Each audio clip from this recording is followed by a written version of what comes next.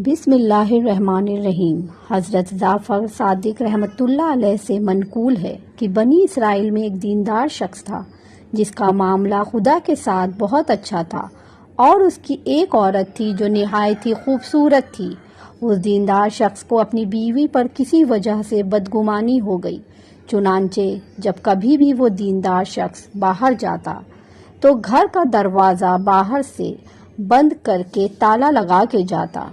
ایک مرتبہ ایسا اتفاق ہوا کہ کسی جوان مرد سے اس کی بیوی کی آنکھ لگ گئی اور وہ ایک دوسرے سے محبت کرنے لگے، مگر باہمی معاملات کی بظاہر کوئی صورت نہ تھی۔ عورت نے کسی ذریعے سے باہر کے تالے کی ایک کنجی بنوا لی اور اس نوجوان کو بھجوا دی۔ اب اس نوجوان کا اس عورت کے پاس اس کے شوہر کی عدم موجودگی میں آنا جانا شروع ہو گیا۔ رات اور دن میں جب کبھی ان کو موقع ملتا وہ دروازے کا تالا کھول کر اس کے پاس آ جاتا۔ عورت کے شوہر کے اس آمد و رفت کی عرصہ دراز تک خبر نہ ہوئی اور یہ سلسلہ جاری رہا۔ اس کا شوہر چونکہ ایک عابد و زاہد شخص تھا تو اس کو خود بخود یہ احساس ہوا کہ اس کی عورت اس سے کچھ کنارہ کشی اختیار کرنے لگی ہے، چنانچہ اس نے اس خدشے سے عورت کو مطلع کر دیا اور کہا کہ میں اسی وقت مطمئن ہو سکتا ہوں جب تو اپنی عفت اور عصمت پر حلف اٹھا لے گی۔ عورت اس پر راضی ہو گئی اور کہنے لگی کہ جب آپ کا جی چاہے مجھ سے حلف لے لیجئے گا۔ جس شہر کا یہ واقعہ ہے وہاں ایک پہاڑ تھا اور اس کے قریب ایک نہر بہتی تھی۔ وہاں جا کر بنی اسرائیل کے لوگ قسم اور حلف اٹھایا کرتے تھے، اور جو شخص وہاں پر جھوٹی قسم یا حلف اٹھاتا فوراً ہلاک ہو جاتا۔ میاں بیوی کے درمیان حلف کی بات چیت کے بعد اس کا آشنا اس کے پاس آیا تو اس نے اس سے اپنے شوہر کی بدگمانی اور پہاڑ پر چل کر قسم کھانے کا قصہ سنایا۔ یہ سن کر وہ نوجوان پریشان ہو گیا کہ اب کیا کیا جائے۔ عورت نے اس کو تسلی دی اور کہا کہ گھبرانے کی کوئی بات نہیں، میں کوئی ایسی ترکیب کروں گی کہ سانپ بھی مر جائے اور لاٹھی بھی نہ ٹوٹے۔ فلاں دن فلاں وقت میں اپنے شوہر کے ساتھ قسم کھانے کے لیے اس پہاڑ پر جاؤں گی، لہٰذا تم بھیس بدل کر اور سواری کا ایک گدھا لے کر شہر کے باہر پھاٹک پر کھڑے ہو جانا، اور جب تم ہم دونوں میاں بیوی کو آتا دیکھو تو گدھے کو لے کر ہمارے قریب آ جانا۔ میں تمہارے گدھے پر پہاڑ تک جانے کے لیے سوار ہوں گی تو جلدی سے مجھے اٹھا کر گدھے پر سوار کر دینا اور پھر دیکھنا آگے کیا ہوتا ہے۔ چنانچہ جب حلف اٹھانے کا دن آیا تو اس دن شوہر نے اپنی بیوی سے کہا کہ چلو اس پہاڑ پر چلیں تاکہ تم وعدے کے مطابق حلف اٹھا کر مجھے مطمئن کر سکو۔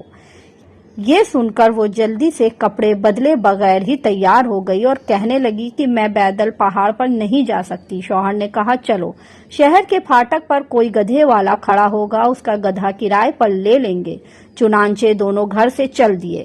جب شہر کے دروازے پر پہنچے تو عورت کا آشنا گدھا لیے موجود تھا۔ اس کو دیکھتے ہی عورت نے آواز دی، گدھے والے او گدھے والے، ہم تجھ کو نصف درہم دیں گے، کیا تو ہمیں اس پہاڑ تک پہنچا دے گا؟ وہ بولا جی ہاں پہنچا دوں گا، اور جلدی سے گدھا لے کر آیا اور عورت کو اپنے ہاتھوں کا سہارا دے کر گدھے پر بیٹھا دیا اور روانہ ہو گئے۔ آگے آگے گدھا جا رہا تھا اور پیچھے پیچھے عورت کا شوہر اور وہ مصنوعی گدھے والا چل رہا تھا۔ جب پہاڑ آ گیا اور گدھے سے اترنے کا وقت آیا تو عورت نے اس بہروپیوں کو آواز دی کہ گدھا پکڑو اور مجھ کو اتار دو۔ وہ آنے بھی نہ پایا تھا کہ عورت خود بخود گدھے سے گر پڑی اور اس طرح گری کہ اس کا ستر شرمگاہ بہروپیوں کے سامنے کھل گیا۔ عورت اس کو بناوٹی گالیاں دینے لگی تو یہ بہروپیہ بولا کہ بی بی صاحبہ میرا اس میں کوئی قصور نہیں ہے، اور اس کو پکڑ کر زمین سے اٹھا کر کھڑا کر دیا۔ اس کے بعد وہ پہاڑ پر چڑھے اور جب اس جگہ پر پہنچے جہاں قسم کھائی جاتی تھی تو عورت نے اپنے ہاتھ سے پہاڑ کو پکڑ لیا اور شوہر کی طرف مخاطب ہو کر قسم کھا کر کہنے لگی کہ جب سے تمہارا اور میرا نکاح ہوا ہے تب سے آج تک مجھے سوائے آپ کے اور اس گدھے والے کے کسی مرد نے ہاتھ تک نہیں لگایا اور نہ میرا ستر کو دیکھا ہے۔ چونکہ یہ قسم ظاہر میں سچی تھی کہ سوائے اس کے شوہر اور اس بہروپیے کے کسی تیسرے شخص نے اس کو نہیں چھوا تھا، اس لیے وہ پہاڑ زور زور سے ہلنے لگا اور زمین میں دھس گیا اور بنی اسرائیل اس کو بھول گئے۔ اس لیے اللہ تعالیٰ نے فرمایا، اگرچہ ان کفار مشرکین کی سازشیں ایسی تھیں جن سے پہاڑ بھی اپنی جگہ سے ہل جائے۔ دوستو، بنی اسرائیل میں ایک عابد یعنی عبادت گزار شخص رہتا تھا جو کہ بہت متقی اور پرہیزگار عبادت گزار تھا۔ اس زمانے میں اس کے مقابلے کا کوئی بھی عابد موجود نہیں تھا۔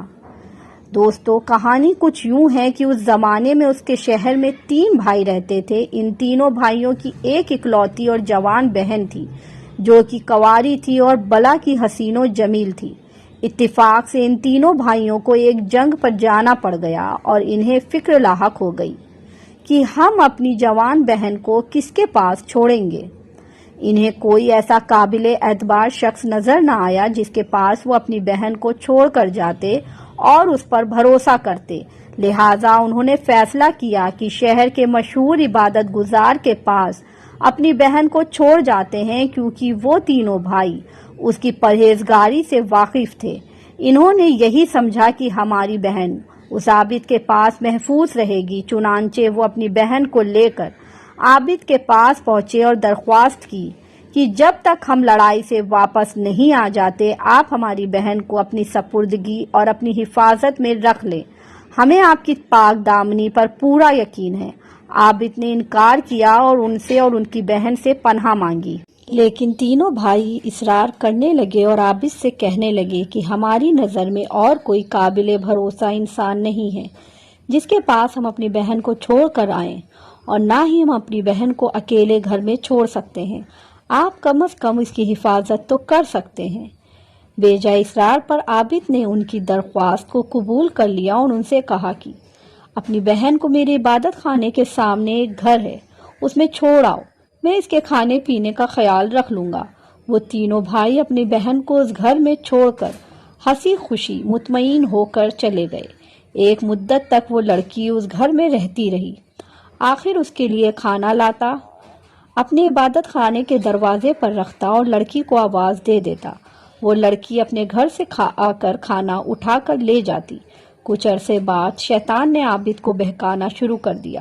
شیطان انسانی شکل میں ظاہر ہو کر عبادت گزار کے پاس آتا اور باتوں باتوں میں اس کو یہ ظاہر کرتا رہا کہ تم کھانا رکھ کر اندر آ جاتے ہو اور لڑکی اپنے گھر سے باہر نکل کر تمہارے دروازے تک آتی ہے اور کھانا اٹھا کر لے جاتی ہے۔ اگر ایسے میں کسی نے اسے دیکھ لیا اور سوچ لیا کہ وہ اکیلی ہے تو اس کے اکیلے پن کا فائدہ اٹھا کر اسے بہکا کر اس کی عزت سے کھلواڑ ہو سکتا ہے، تو بہتر نہیں ہے کہ بجائے وہ کھانا لینے آئے تم اس کے دروازے تک جا کر کھانا اسے دے آیا کرو۔ اس طرح تمہیں اجر عظیم بھی ملے گا اور لڑکی کی عزت بھی محفوظ رہے گی۔ غرض یہ کہ یہ بات عابد کے دل کو لگی اور عابد کھانا لے کر لڑکی کے گھر تک جانے لگا۔ کچھ عرصہ یوں ہی گزر گیا۔ پھر کچھ عرصے بعد شیطان نے اپنی اگلی چال چلی۔ وہ عابد کے پاس آیا اور اس کو ترغیب دی اور اس بات پر ابھارا کہ اگر تم اس لڑکی سے بات چیت کر لیا کرو تو تیرے کلام سے وہ مانوس ہوگی، کیونکہ اس کو تنہائی سے سخت وحشت ہوتی ہوگی۔ شیطان بار بار آ کر عابد کو اس بات پر مجبور کرنے لگا کہ وہ لڑکی سے بات کر لیا کرے۔ عابد نے محسوس کیا کہ بیچاری اکیلی لڑکی اپنے گھر میں کیسے گزارا کرتی ہوگی، لہٰذا کچھ وقت اس سے اس کی خیریت پوچھ لیا کروں۔ عابد اس سے کلام کرنے لگ گیا اور روزانہ اس کی خیر و خیریت دریافت کرنے لگا۔ کچھ عرصہ یہی سلسلہ چلتا رہا۔ پھر شیطان نے اپنی اگلی چال چلی۔ شیطان عابد کے پاس آیا اور کہا کہ تم باہر دروازے پر لڑکی سے باتیں کرتے ہو، لوگ دیکھیں گے تو کیا سوچیں گے، تو بہتر ہے تم اندر چلے جایا کرو اور لڑکی سے گھر کے اندر بیٹھ کر باتیں کر لیا کرو، اس طرح تمہاری بدنامی نہیں ہوگی۔ عابد کو شیطان کی یہ بات اچھی لگی اور اس نے ایسا ہی کیا۔ عابد کا اس لڑکی کے گھر آنا جانا شروع ہو گیا۔ عابد کھانا لے کر لڑکی کے گھر کے اندر جانے لگا اور وہیں بیٹھ کر اس سے باتیں بھی کرنے لگا۔ شیطان وقتاً فوقتاً عابد سے ملتا۔ وہ جب بھی گفتگو کرتا تو اس کا موضوع عورت اور عورت کی خوبصورتی اور نسوانیت دونوں ہوتا۔ یوں عابد کو لڑکی سے بات کرنا اچھا لگنے لگا۔ لڑکی کے جسمانی خد و خال اور نسوانی حسن عابد کے دل و دماغ پر حاوی ہونے لگا۔ اب عابد ہیلے بہانے سے لڑکی کے گھر آتا، سارا دن لڑکی سے باتیں کرتا اور رات کو اپنی عبادت گاہ میں آ جاتا۔ ایک طرف شیطان عابد کو بہکا رہا تھا اور دوسری طرف لڑکی کے دل و دماغ پر اثر انداز ہو رہا تھا۔ کچھ دنوں سے عابد نے یہ محسوس کیا کہ لڑکی پہلے سے زیادہ سج سور کر اس کے سامنے آنے لگی ہے اور ادائیں دکھا دکھا کر باتیں کرتی ہے۔ عابد کا دل و دماغ پوری طرح سے لڑکی پر حاوی ہو چکا تھا۔ ایک دن عابد اچانک بغیر بتائے لڑکی کے گھر کے اندر داخل ہوا تو لڑکی کو نیم برہنہ حالت میں دیکھا، جو کہ نہانے کے بعد کپڑے پہن رہی تھی۔ عابد نے باتیں کرتے کرتے اس لڑکی کے زانوں پر ہاتھ رکھ دیے اور پھر جذبات میں آ کر لڑکی کے رخساروں پر بوسہ لے لیا۔ لڑکی جوانی کے جوبن پر تھی اور اکیلی تھی، وہ بھی شیطان کے بہکاوے میں آ گئی۔ چونکہ لڑکی عابد سے مانوس ہو چکی تھی اور جب اس نے دیکھا کہ عابد مجھ پر فریختہ ہو گیا ہے تو اس نے بھی خود کو عابد کے حوالے کر دیا۔ یوں دونوں جذبات میں بہہ گئے اور عابد نے لڑکی کے ساتھ زنا کر لیا۔ یہ سلسلہ کئی ماہ تک چلتا رہا۔ عابد کھانا دینے کے بہانے لڑکی کے گھر جاتا اور وہاں اس کے ساتھ زنا کرتا۔ نتیجہ یہ نکلا کہ لڑکی حاملہ ہو گئی۔ اس نے ایک بچہ جنا۔ پھر شیطان عابد کے پاس آیا اور کہنے لگا، اگر لڑکی کے بھائی آ گئے، انہوں نے یہ بچہ دیکھ لیا تو تم کیا کرو گے؟ ایسا نہ ہو کہ وہ تمہیں ذلیل کریں اور تم رسوا ہو جاؤ، تو بہتر یہی ہے کہ تم اس بچے کو زمین میں گاڑ دو۔ یہ لڑکی ضرور اپنی عزت بچانے کی خاطر اس معاملے کو چھپا لے گی۔ عابد نے ایسا ہی کیا اور پھر شیطان نے اس سے کہا، تمہیں یقین ہے کہ یہ لڑکی اس حرکت کو اپنے بھائیوں سے پوشیدہ کرے گی اور تم نے اس کے ساتھ جو کچھ کیا ہے کیا یہ اسے اپنے بھائیوں کو نہیں بتائے گی؟ ایسا نہیں ہو سکتا ہے کہ یہ اپنے بھائیوں کو اس حرکت کے بارے میں نہ بتائے، لہٰذا بہتر یہی ہے کہ بچے کے بعد تم اسے بھی ٹھکانے لگا دو اور دونوں کو یہاں ہی دفن کر دو۔ عابد کو اپنی جان اور عزت کی فکر لاحق ہونے لگی۔ اس نے شیطان کی باتوں میں آ کر لڑکی کو بھی مار کر زمین میں دفن کر دیا اور واپس اپنی عبادت گاہ میں جا کر عبادت کرنے لگا۔ کچھ عرصہ بعد لڑکی کے بھائی جنگ سے واپس آئے تو عابد سے اپنی بہن کے بارے میں پوچھا۔ عابد نے روتے ہوئے کہا، تمہاری بہن مر چکی ہے، اور اس پر افسوس کا اظہار کرنے لگا اور کہنے لگا، وہ بڑی نیک عورت تھی۔ عابد ان کو کسی دوسری قبر پر لے گیا اور کہا کہ دیکھو، یہ اس کی قبر ہے اور وہ اس میں دفن ہے۔ بھائی بہن کی قبر پر خوب روئے، دعائیں خیر کی، چند دن یہاں رہے، پھر واپس اپنے گھر چلے گئے۔ اس کے آگے راوی لکھتا ہے کہ ایک رات تینوں بھائی جب اپنے بستر پر سو رہے تھے تو شیطان ان کے خواب میں ایک مسافر آدمی کی صورت میں آیا۔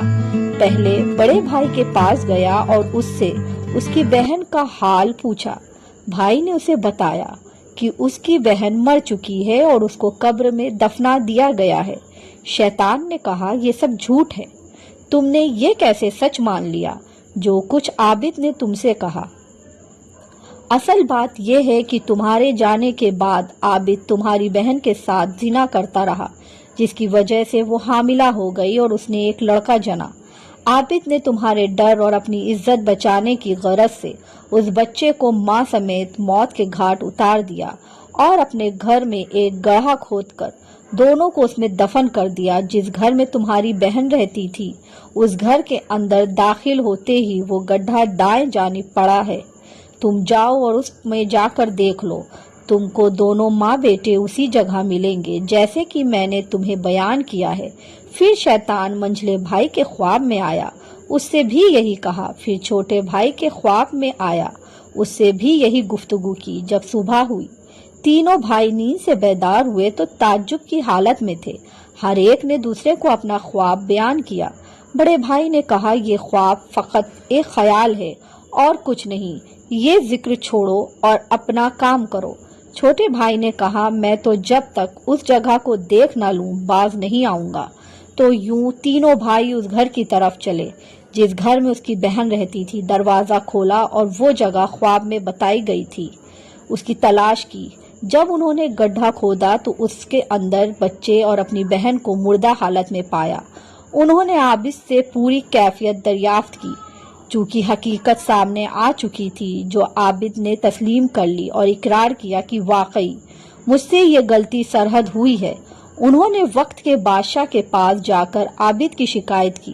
بادشاہ نے عابد کو پھانسی کی سزا سنائی۔ جب عابد پھانسی کے تخت پر کھڑا تھا تو شیطان اس کے پاس آیا اور اس سے سوال کیا، کیا تو نے مجھے پہچانا؟ میں وہی ہوں جس نے تمہیں عورت کو فتنے میں ڈال کر یہاں تک پہنچایا ہے۔ اگر تم میرا کہنا مانو تو میں تمہیں یہاں سے بچا سکتا ہوں۔ عابد نے پوچھا، وہ کیسے؟ شیطان نے کہا، تم مجھے سجدہ کرو، میں تمہیں بچا لوں گا۔ چنانچہ عابد نے اپنی جان بچانے کی خاطر شیطان کو سجدہ کر لیا اور یوں عابد اللہ کی نظر میں کافر ہو گیا۔ پھر جب عابد نے کفر کیا تو شیطان نے اس کو اس کے حال پر چھوڑ دیا اور ہنستا ہوا اپنی کامیابی کے گیت گاتا ہوا واپس چلا گیا۔